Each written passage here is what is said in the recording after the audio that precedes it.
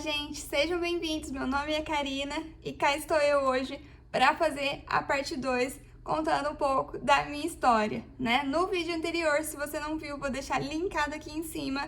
Eu contei um pouquinho da minha história e eu achei que o meu mundo ia desabar, né? Então hoje eu venho contar pra vocês como é que foi minha adaptação, como é que eu lidei, como foi tudinho, tá bom? Então se você é novo por aqui, já deixa seu like, se inscreve no canal pra ficar por dentro de tudo e me siga lá no Instagram também. Então bora pro vídeo!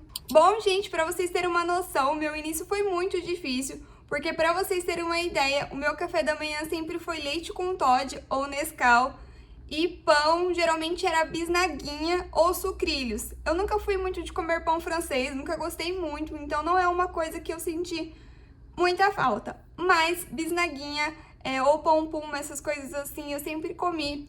Então, assim, minha alimentação era bem precária. E aí, né, logo que eu cheguei em casa, foi aquela coisa de contar para as pessoas, contar para minha família, para saber também como que eu ia lidar com isso. Então, eu fui contando para um, para outro. E em casa, em relação à adaptação, também foi muito complicado, porque a gente tem que ter todo um cuidado com as louças, os utensílios de cozinha, então é bastante complicado. E eu não tinha condições de trocar tudo para poder começar do zero e fazer a alimentação, né, 100% sem glúten. Então, o que eu fiz foi fazendo aos poucos, foi fazendo uma bela limpeza, e aí eu fui cozinhando apenas os alimentos sem glúten. E assim, meu marido foi um super companheiro, ele me ajudou muito, me entendeu, e como a gente já estava com aquela desconfiança, então foi, assim, não foi uma novidade muito grande. Então eu fui naquela loucura, fui testando aquelas receitas sem glúten, os bolos dando errado, testei pão, muita coisa dando errado, porque no começo é muito difícil. A gente tenta fazer várias coisas, porque acha que é só substituir a farinha de trigo por uma outra farinha, mas não é assim que funciona. Na realidade, a expectativa versus realidade é terrível, sai... Nossa, o gosto é horrível, sai... Nossa, é difícil, gente, não tem nem como explicar. Quem aí já comeu alguma comida, sei lá, sem glúten ou já testou alguma receita pela primeira vez, vai saber do que eu tô falando, porque a gente sente aquela diferença no gosto. O nosso organismo está acostumado a comer só glúten, então tá acostumado com aquele sabor gostoso. Então a gente sofre bastante, mas aí a gente vai se adaptando, vai testando aos poucos e aí vai tudo se encaixando. Bom, pra mim a maior facilidade dentro de casa foi super tranquilo, porque só dependia de mim mesmo, então eu fui me virando, né? E com certeza a pior dificuldade, eu acho que para todas as pessoas que fazem dieta ou que tem alguma intolerância, alguma alergia, a pior dificuldade é quando a gente vai sair, decide sair para qualquer lugar, um restaurante, uma lanchonete, qualquer lugar, e aí a gente percebe que infelizmente não tem opções para nós. Então, assim, a maioria dos restaurantes, de qualquer lugar que vende comida, não tem a opção segura para quem tem esse tipo de alergia, de intolerância, seja lá o que você queira dizer. Bom, gente, no início também eu sofri bastante porque eu tinha muito medo de passar mal. Antes de eu descobrir, eu nunca tive, assim, muitos sintomas, né? Como eu falei pra vocês no vídeo anterior, eu nunca fui de ter muitos sintomas. Mas parece que depois que a gente começa a fazer a dieta, parece que qualquer coisa a gente sente, sabe? A gente começa a ter muitos sintomas. Então eu tinha muito medo de comer qualquer coisa e me fazer mal. Então, como eu estava também me adaptando, conhecendo os novos alimentos, eu ficava bastante receosa de passar muito mal. Bom, gente, e quanto à reação das pessoas? Parece que não faz a menor importância, mas sim, gente, faz muita importância para quem acabou de descobrir. Vou contar um pouquinho para vocês como que foi a minha experiência. E aí vocês também comentem aqui embaixo qual foi a experiência de vocês, tá bom? Bom, então assim, pra mim, em relação à família, foi assim, super tranquilo, porque a maioria das pessoas da minha família super entenderam, me apoiaram, falaram que ia dar certo, que eu ia conseguir realizar certinho a dieta, que ia dar tudo certo, que se era pra mim ficar bem, então tava tudo certo, era só eu cumprir certinho que, né, aos poucos eu ia lidando. Mas assim, no geral, a maioria das pessoas entendiam. Sempre tem aquelas pessoas que vão falar assim, ah, mas você não pode comer só um pouquinho? Come só um pouquinho, não vai fazer mal. Aí eu tinha que explicar tudo que ia acontecer comigo se caso eu comesse. Então, assim, algumas outras pessoas achavam que era frescura. Não chegavam a falar pra mim, isso é frescura, mas, tipo, dava a entender. Mas também tinha aquelas pessoas que falavam assim, nossa, que engraçado, agora todo mundo tem isso, né? Como se diz, como se fosse a doença da moda. Mas nós sabemos que não é bem assim.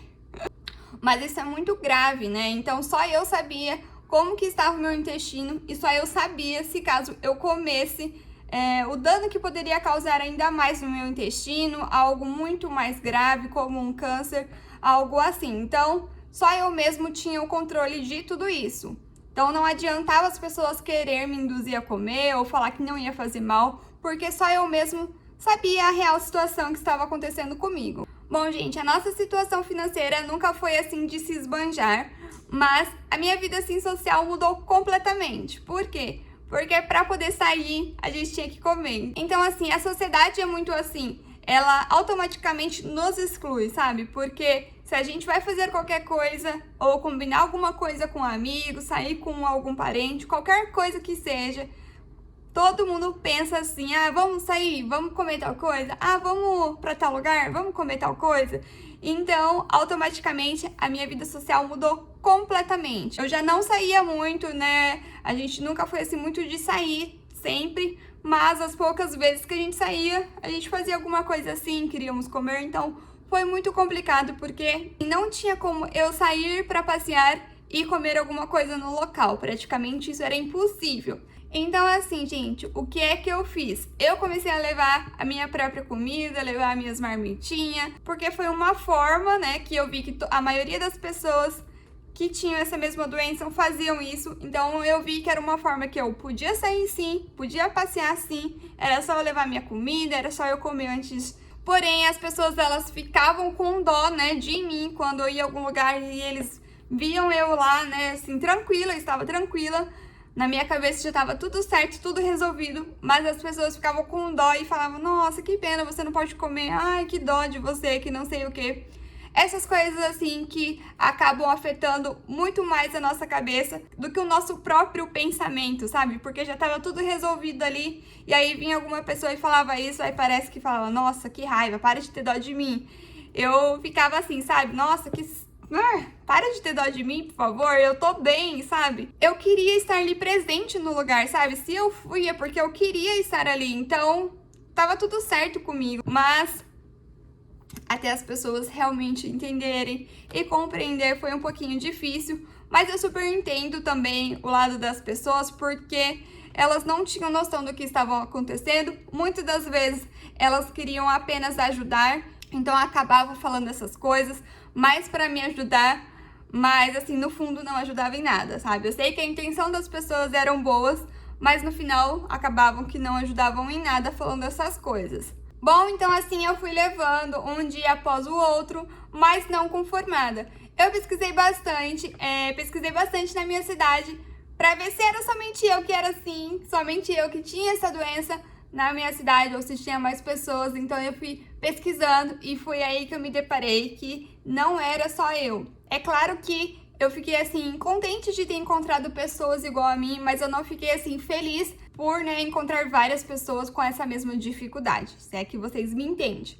Mas aí o que a gente foi fazendo? Decidimos então criar um grupo no WhatsApp para a gente poder conversar, para a gente poder dividir as nossas experiências, as nossas dificuldades, as coisas que a gente encontrava, os alimentos que a gente encontrava sem glúten na nossa cidade.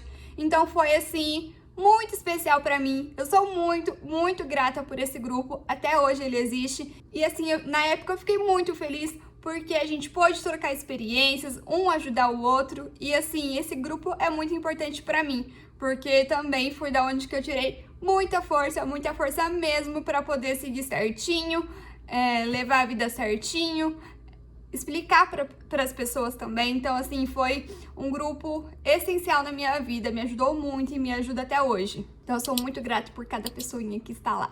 Então, resumindo, eu descobri em outubro, quando foi em dezembro, gente, eu descobri que eu estava grávida. Isso mesmo, a cabeça um turbilhão, tudo em fase de adaptação ainda, eu descobri que eu estava grávida. O que acontece? Antes de eu descobrir, em outubro, eu tinha parado com o anticoncepcional. É claro que a gente já queria ter filhos, mas eu parei com o anticoncepcional para ver o que eu tinha, se era o anticoncepcional que estava me fazendo mal ou se era alguma outra doença, o que é que eu tinha. Então, por isso que eu parei com o anticoncepcional. Então, assim, deu aquele boom, sabe? Porque eu parei com o anticoncepcional, descobri a doença celíaca e logo em seguida engravidei. Com certeza, nós ficamos muito felizes, muito mesmo, porque já era algo que a gente queria num futuro, assim, talvez próximo, mas foi, assim, um choque, sabe? Mas nós ficamos muito felizes, contamos para toda a família, logo no início mesmo, né? Não sabíamos de nada, então nós contamos para nossa família, todo mundo ficou feliz. Eu lembro até que a gente comprou um bodyzinho e fez surpresa para os avós, tanto para minha mãe quanto para minha sogra, então foi bem legal. Mas, gente, o que acontece? Com 4 a 6 semanas eu tive um aborto espontâneo. Isso mesmo, infelizmente, eu tive um aborto espontâneo logo no início, eu não consegui ouvir o coraçãozinho do bebê, e aí foi isso que aconteceu. Bom, os médicos, eles não soube falar exatamente a causa, se foi por causa da doença celíaca, que meu corpo ainda estava em adaptação, ou se foi porque tem uma certa porcentagem das mulheres que tem esse risco de perca logo na primeira gravidez. Então, assim, não sabemos exatamente a causa do aborto, mas foi um aborto espontâneo e foi muito sofrido, com certeza foi muito sofrido, foi muito mesmo. Então, se vocês quiserem que eu conte o relato do aborto, comenta muito aqui embaixo que aí eu venho com um vídeo e conto o relato do aborto. Porque logo depois do aborto eu engravidei do B, vocês sabem que eu tenho o B, e eu conto também como que foi essa experiência, se vocês quiserem, tá bom? Então, foi mais ou menos isso que eu queria passar pra vocês. Não desistam nunca, nunca, nunca. Quem faz a dieta, pelo amor de Deus, não desistam nunca. Continuam firme, que eu tenho certeza que vocês vão conseguir. Não liguem para as pessoas, não liguem mesmo, porque só depende de vocês, tá bom? Então é isso, um super beijo, fiquem com Deus e até mais.